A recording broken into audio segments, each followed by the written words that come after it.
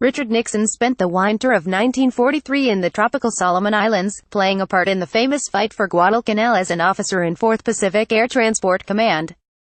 He had lobbied his superiors for a perch on the front line, requesting a role in the Air Combat Intelligence Unit. Granted his wish, the recent law school graduate was to see his share of the horrors of war, once stumbling upon a burnedout bomber and never forgetting the sight of a wedding ring on the charred remains of its pilot. One night, he huddled in a foxhole as Japanese artillery destroyed the temporary hut that he had been calling home. On another, he woke in shock as an 8-inch poisonous centipede crawled upon him in his hideout. Nick, as Nixon was known in the Army, flung it off only for it to land on one of his comrades, who was bitten and rushed to field hospital in excruciating pain.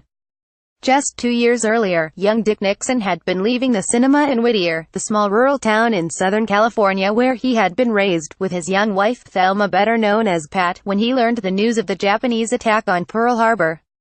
The couple had met in an amateur dramatics club in 1938. For the shy and fumbling Nixon, it was love at first sight followed by a dogged pursuit. Even though Pat refused to think of her suitor romantically, he would volunteer as her chauffeur, even driving her to dates with other men. The same combination of messianism and masochism was to be the driving force for his political life, leading him to ecstatic moments of V-shaped triumph but also despair and seemingly incurable feelings of inadequacy. John A. Farrell's wonderful biography of America's most controversial 20th-century president is brimming with such wince-inducing vignettes, woven into a sharply observed but refreshingly uncensorious assessment. Nixon was not without a certain idealism in his desire to bring the world to more peaceful habits, or to strike a blow for the man of humble origin in a country dominated by puffed-up elites. The problem was his willingness to stoop to the meanest act of skullduggery in pursuit of these goals. Here was a tragic, troubled and talented figure with whom it is possible to feel empathy at one minute and then disgust the next. This man had real demons, noted his successor Gerald Ford, while Henry Kissinger, his Secretary of State, remarked on his apparently unshakable determination to live out a Greek tragedy.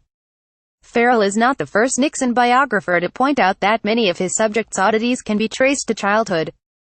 Nixon was born in January 1913, the second of 5 brothers and the son of a down-and-out lemon farmer and a local Quaker girl. His father was mean-spirited and heavy-handed, while young Richard was a mama's boy, who viewed himself as hard to love.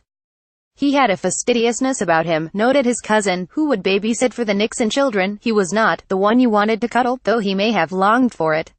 The death of 2 of his brothers at a young age left deeper scars. Still, family members recalled seeing him physically and mentally crushed but unable to articulate his grief, save for a single cry of anguished despair.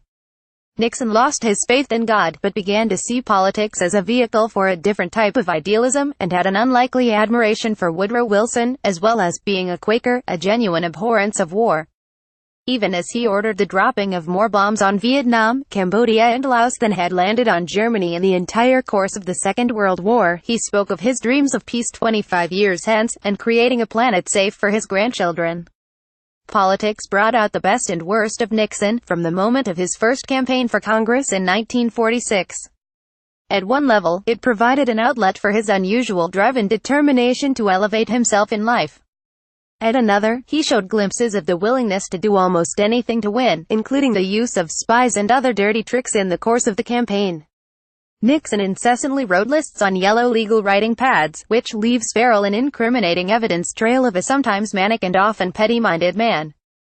Once elected, Nixon was to gain a reputation as an unreconstructed ideologue in his pursuit of communists on the House Un-American Activities Committee, which blazed the trail for Senator Joseph McCarthy. Yet, in terms of the broader Republican firmament, he was something of a moderate on most issues and showed a willingness to take a stand on his conscience rather than always play to the gallery. As a freshman congressman, he struck up a friendship with a 29-year-old Democrat from Massachusetts called John F. Kennedy, with whom he shared a passion for international affairs. As Nixon said of his counterpart and later rival, he was shy, but it was a shyness born of an instinct that guarded privacy and concealed emotions. I understood these qualities because I shared them. He was selected to join the bipartisan Herter mission, sent to Europe to investigate the likely impact of the Marshall Plan. Nixon was convinced and decided to support the hugely expensive scheme, in defiance of many more senior Republican colleagues. Following an ugly state campaign in California, in which he defeated the Democrat incumbent Helen Gahagan Douglas, Nixon upgraded himself to a seat in the Senate in 1950. to win as a Republican in California, he adopted a comparatively progressive stance on healthcare and civil rights. This was not simply an act, and he appears to have been genuinely sympathetic to the civil rights movement. An aide recalled seeing his eyes wet with tears when the lights were switched on following the screening of a film about the plight of Black Americans. Martin Luther King attributed absolute sincerity to him on the issue as Dwight Eisenhower's vice-president from 1953. That was, at least, until the 1960 presidential election campaign, when Nixon was the nominee himself and failed to intervene following King's arrest and imprisonment for a sit-in protest. King turned against him, judging Nixon to be a moral coward when the real test came. Remaining as vice-president until 1961, Nixon served a valuable apprenticeship, particularly on foreign policy. But he also became increasingly resentful of Eisenhower as the major obstacle to his progress, and even as the president's health began to fail, Eisenhower never saw Nixon as his rightful heir. When Nixon's moment came in 1960, he suffered in the exposed glare of color television, looking puffy and pallid under the studio lights.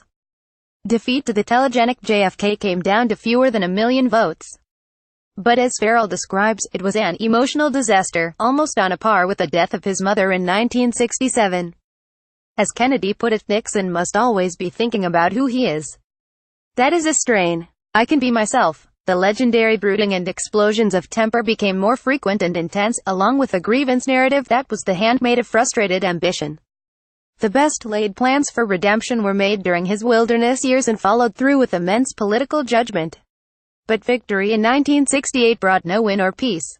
As president, he combined the most ambitious acts of statesmanship, such as the opening to China, with the most remarkable pedantry and obsessiveness.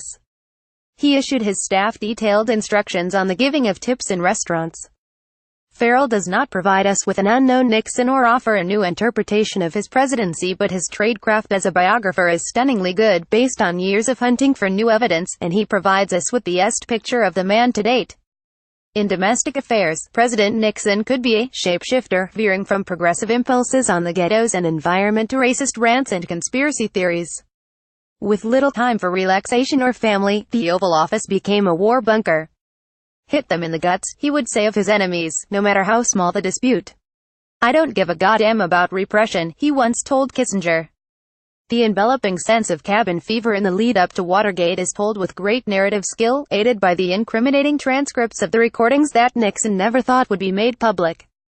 By the autumn of 1971, says Farrell, it was hard to find a White House aide with a political portfolio who wasn't involved in a dirty tricks campaign, and inevitably they began to tumble over each other. Whether or not he personally ordered the break-in of the Democratic National Committee headquarters in 1972 is beside the point. Either way, Watergate was of Nixon's own making. John B.E.W. is author of Citizen Clem, a biography of Atlee, River Run Richard Nixon, The Life John A. Farrell Scribe, 752 pp. 30 pounds.